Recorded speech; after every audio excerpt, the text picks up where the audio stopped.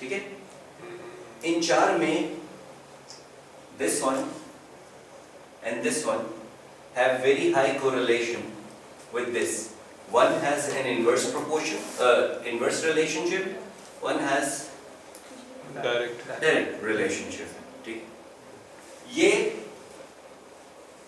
बिल्कुल इंडिपेंडेंट जा रहा है, इससे इसका कोई ताल्लुक नहीं है। मतलब आपका ट्रेड बैलेंस कुछ भी होता रहे, उसको फर्क नहीं पड़ता, वो अपनी उस पे जा रहा है, इसका कोई इम्पैक्ट इन्फ्लेशन के ऊपर नहीं है। फॉर एग्जाम्पल, ठीक है, नाउ विद दिस एग्जाम्पल आप ये सोचो कि डेटा आपके पास क्या होता है। डेटा आपके पास होता है एट्रीब्यूट ब्रांड से एसोसिएटेड है या नहीं। सबसे जर्म फ्री ब्रांड है, किसी भी ब्रांड के लिए वो कहेगा जर्म फ्री है या जर्म फ्री नहीं। जर्म फ्री ब्रांड है, किस किस ब्रांड के लिए सही है? ऑलपर्स के लिए सही है, इसके लिए सही है, इसके लिए सही है, इसके लिए सही है, इसके लिए सही है, लूज बिल के नहीं है, बाकी सबके लिए सही है। सो हम किस में बात कर रहे हैं? ये तो हम नॉमिनल डेटा में बात कर रहे हैं, जीरो वंस में खेल रहे हैं। हम किस में बात कर रहे हैं? नॉमिनल डेटा में बात कर रहे हैं, जीरो और वंस। हमारी जो एसोसिएशन डेटा आता है, जिसकी जहां से हम सारी कहानी शुरू की थी कि जी कैटेगरी की ड्राइव्ड इंपॉर्टेंस हमने कैसे निकालनी है, हमारी सारी कहानी है जीरो और वन। तो किसी भी एट्रीब्यूट का मैंने क्या कहा, आप डिपेंडेंट रख दो, सबसे मशहूर ब्रांड है या सबसे बेहतरीन ब्रांड है, आपने डिपेंडेंट रखा, बाकी तमाम एट्रीब्यूट्स आपने इंडिपेंडेंट। अब सुनिएगा मेरी बात, हर रिस्पोंडेंट के लिए मशहूर ब्रांड है। पहला रिस्पोंडेंट 1, दूसरा रिस्पोंडेंट 2,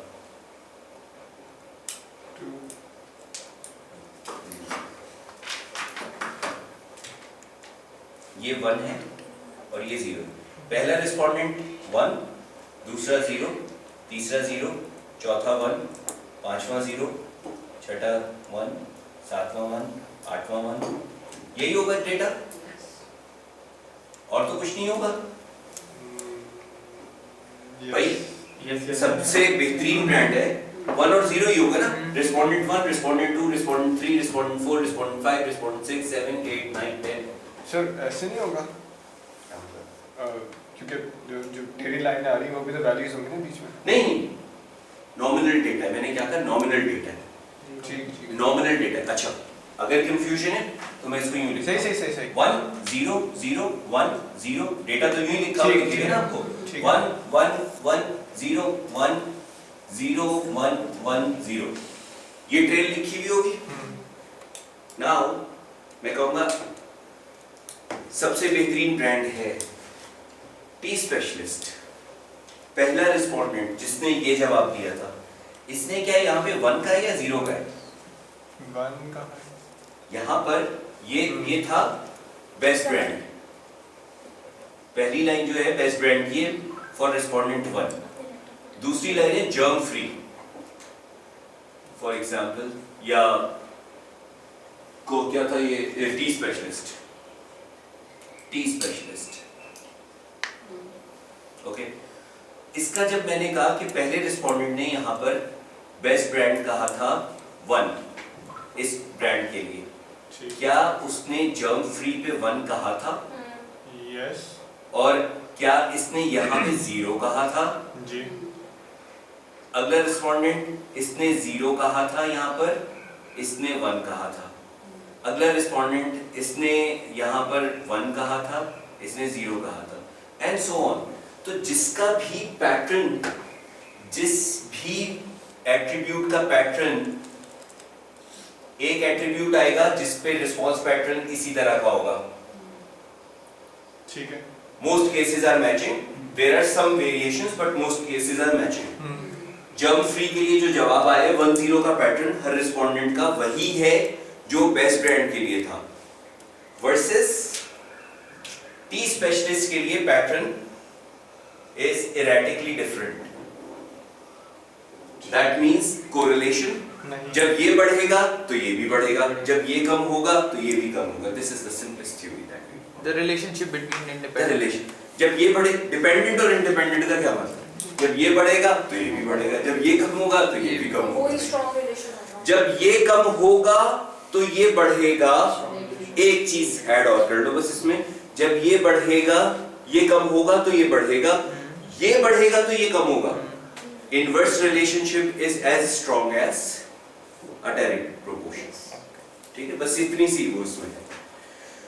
तो जनाब विद दिस आपको आपकी बुद्धि में जो चीजें बैठ जानी चाहिए वो की ड्राइवर एनालिसिस, हमारा एंड ऑब्जेक्टिव क्या है ये सारी कहानियां करने से, मोटिवेटर निकालने से, जैकार्ड स्कोर निकालने से, की ड्राइवर एनालिसिस करने से थ्रू रेग्रेशन, कि हम अपने ब्रांड टीम को जिसको हम जवाब दे रहे हैं ये बता सके कि आपके लिए out of all the category attributes what is the most important. Clear है ये बात? सर रिसर्च में हम लॉजिक और प्रॉफिट यूज करते हैं, लॉजिक और प्रॉफिट यूज करते हैं रिसर्च? जी बिल्कुल करते हैं।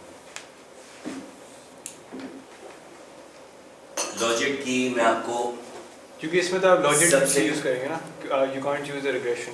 नहीं सिंपल Logic regression। सिंपल से भी कर सकते हैं, सिंपल रेग्रेशन से भी कर सकते हैं। ये इसके लिए मेजरली इसके लिए वैसे लॉजिक नहीं यूज हो रही होती for this particular regression, logic नहीं यूज होती।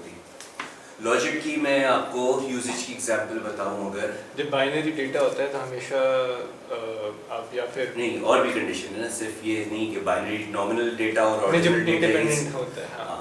ऑर्डिनल डेटा और नॉमिनल डेटा ही सिर्फ फैसला करने की चीज नहीं होती ना कि कौन सी type of regression. Logic use होती है जब हम पीएलसी चार्ट्स बनाते हैं, PLC product life cycle charts जब हम बनाते हैं, जिसमें हम आपके पास XY प्लॉट होता है और आपको उस पे लाइन फिट करनी होती है, स्टैंडर्ड लाइन। तो स्टैंडर्ड लाइन जो है वो नॉर्म लाइन जो आप सेट करते हो, फिट करते हो, वो लॉजिक रेग्रेशन है। PSM में भी तो यही करते हैं ना, प्राइस एस्टिमेशन। PSM में Record- हाँ आप लॉजिक यूज कर सकते हैं PSM वही करते हैं ना। PSM जरूरी नहीं है, लोग सिंपल रेग्रेशन से भी कर देते हैं, ये होता क्या है? बल्कि सिंपल रिग्रेशन क्या वो एक्सेल में डालते हैं डेटा। लोग क्या करते हैं PSM में, लोग डालते हैं डेटा एक्सेल के अंदर PSM का और उस पे वो पॉइंट्स सेलेक्ट करके, ट्रेंड लाइन सेलेक्ट करके, चारों जो हैं उनके ऊपर लाइन फिट कर देते हैं। लाइन फिट करके सिंपल एक्सेल का जो ऑप्शन है ये जी रेग्रेशन लाइन 1 2 3 लेवल पे 3 स्टेप रेग्रेशन पे जाके वो लाइन फिट कर दी उन्होंने, अल्लाह खैर सब। तो this is how it's been done, it's not scientifically, very scientifically done. जी मैं पूछ रही थी कि लॉजिक क्या चीज़ कह रही है? रेग्रेशन की टाइप्स हैं मुख्तलिफ, ठीक है, रेग्रेशन की मुख्तलिफ टाइप्स, वही कि बिहाइंड द सीन क्या हो रहा है और कैसे हो रहा है अगर समझना है तो फिर थोड़ा सा आप लोगों को पढ़ना पड़ेगा कि रेग्रेशन क्या होती है तो मैंने समझा दिया। कितनी टाइप्स की होती है, किस जगह पे कौन सी लगती है, अगर किसी को कोई इंटरेस्ट है तो मैं अलग से बैठा के जरूर पढ़ा सकता हूँ, अभी हमारा फोकस विल रिमेन, ठीक है। ओके, सो यूएनए एक और आपको जो दे रहा होता है वो क्या, एडवर्टाइजिंग आइडियाज, यानी ब्रांड को आप जाके कहते हो कि जी आपको स्लाइस ऑफ लाइफ एडवर्टाइजिंग अगर करनी है तो मैं आपको हेल्प कर सकता हूँ। स्लाइस ऑफ लाइफ एडवर्टाइजिंग का क्या मतलब होता है? हम जिंदगी का एक जो है वो प्राइस दिखा रहे होते हैं। स्लाइस ऑफ लाइफ एडवर्टाइजिंग का मतलब क्या होता है?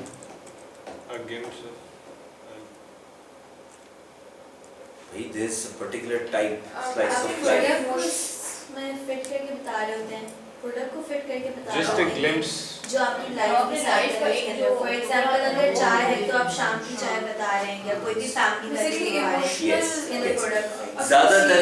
ज्यादातर आप emotional relatability relationship establish explore करनी, गुड बॉय यार, good job, thank you.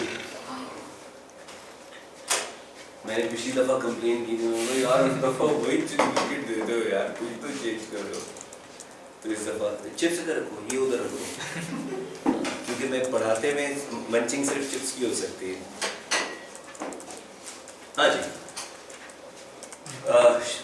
Absolutely right. हम बेसिकली स्लाइस ऑफ लाइफ का क्या मतलब होता है कि the best relevance that consumer get is to when they see themselves in the ad. I am in this ad. I love you.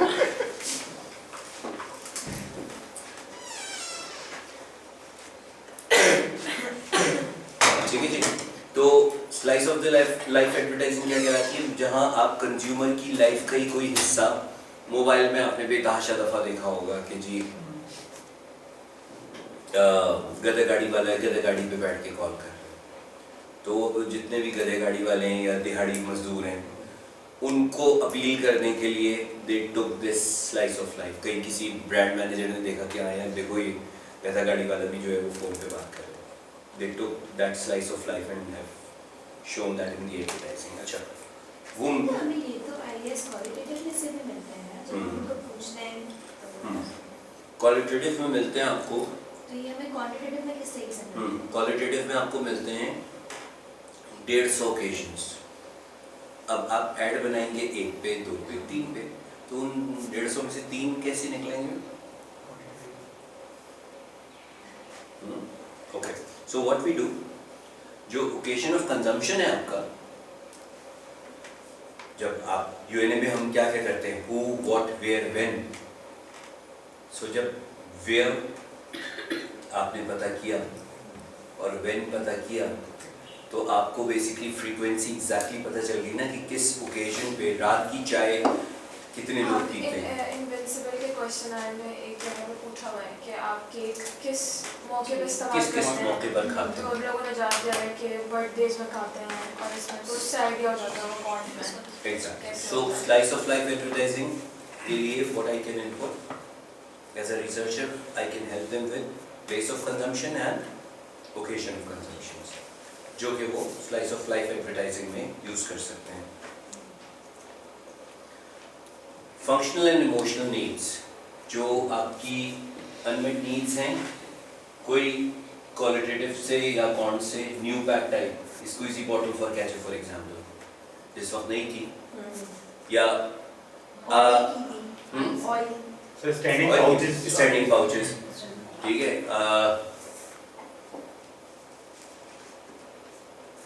और example अभी इसमें हम लोग ने एक केस स्टडी पढ़ा था ब्रांड मैनेजमेंट में, वहाँ पे चाइना का था।